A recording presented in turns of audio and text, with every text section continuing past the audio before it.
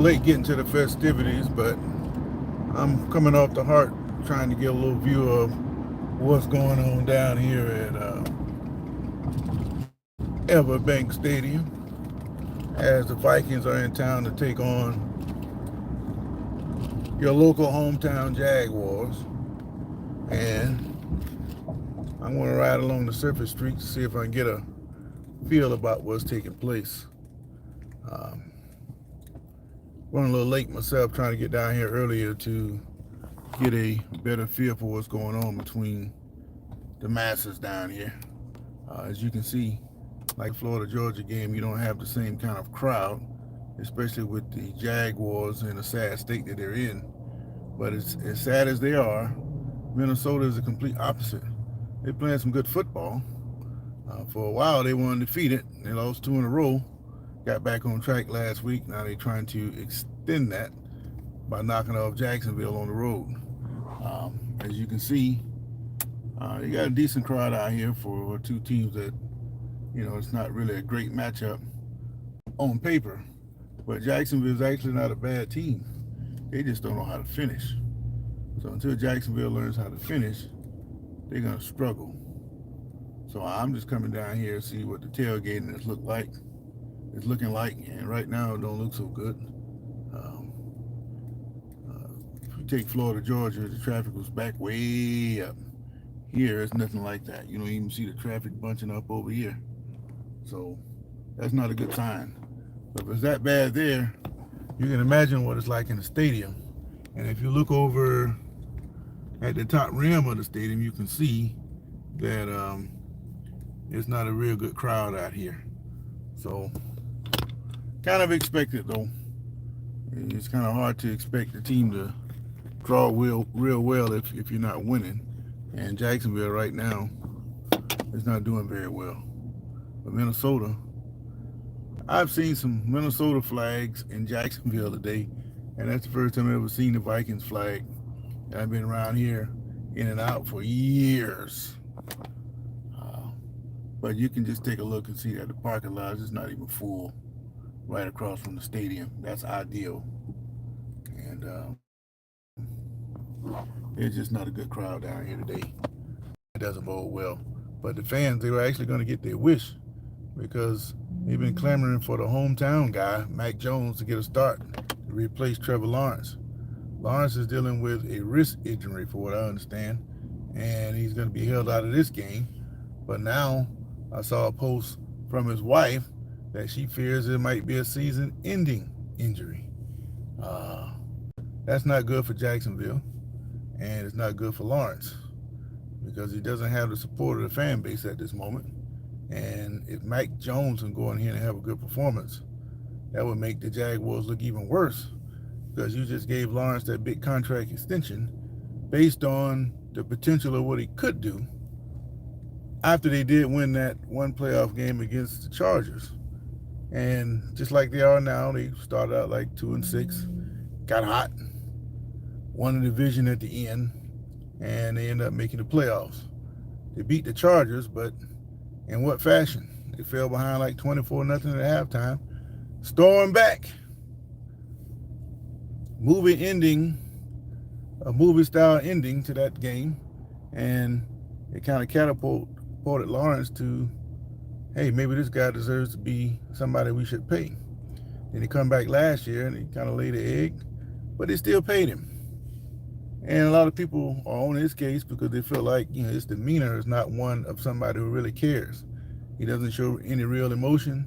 And based on what he said coming out of the combine right before he was drafted, he was pretty much saying that he don't really depend on football. And his demeanor kind of shows that sometimes. And now the fans, they aren't very happy about it. So I'm down here on the east side of the stadium in traffic here. It's about 10 minutes before kickoff. And normally, the real fans are probably already in the stands now. But then you have other ones who like to pop in at the last minute. It's kind of amazing to me, all the money it costs to go to an NFL game. You still have fans popping into the stadium at the end of the first quarter. Doesn't make sense to me. I think a true fan would be there in their seats at least 20 minutes before kickoff, enjoy the full experience of the game. But not here. It's kind of interesting. But if you, like I said, if you look over the top there, you can see on the west side of the stands there, that top level there, it's kind of empty. Um, so that lets you know that it's not a big crowd today. And you add the fact that they're going to remodel the stadium and modernize it. It's going to kind of look like SoFi Stadium in LA, but it's going to have like the teal borders around it. The way the drawings are, it looks pretty cool. So I'm interested to see what it's going to look like when they finish it. But when you add the fact that you pay this quarterback all this money, and then the city is going to have to take a big part of the bill that's coming to redo the stadium, fans don't seem to be getting a return on their investment. And when you add to that, the fans here are really fickle. This team here came here in '95. Before then, all the people around here, they had their teams. A whole bunch of Cowboy fans around here, and an awful lot of Steeler fans. But just like anywhere else, you're going to find Green Bay. And when you add the fact that this is also a Navy town with 3 bases around here, you got fans from all over the place. And there's no real. All right. Somebody asked me, where am I at? It gives you an indication of this is not a very good crowd here today. I hope the rain holds. This is the 4th Jaguars home game, and this is the 3rd time it's been raining like this. Last time, 2 weeks ago, Green Bay came in and it was real hot. Hopefully that the weather holds off a bit, so that at least the people that come by don't want to sit through that, and especially if you're on the losing side, that makes it even worse. So again, I'm just going to cruise the streets and try to see what I can see with this tailgating crowd. It's going to thin out even more, so in about 5 or 10 minutes, you won't see a whole lot of people. Yeah, fireworks going off means they get ready to go. So again, I'm just cruising around. Then I'm gonna come back and I'm gonna go to the place that they didn't finger ones, but they do to get beat. And we saw that take place yesterday. So I want to talk a little bit about that. So I don't want to get too deep into it now, but I have time to talk about it once I get parked and settled. So for the most part, I'll be going live when we talking college football and what's next. Because those of you that follow college football, you can see everything taking shape. And lo and behold, look who's in prime position. None other than Coach Prime himself. 7-2, now they're in 2nd place in the Big 12. So I'll get into that once I get a chance to get settled and we go have a little time to wrap on it.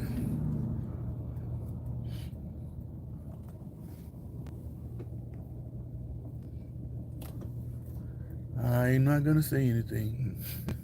I see. So that's the way it goes. What they're trying to do here, these people in front of me, is get into tailgate parking here.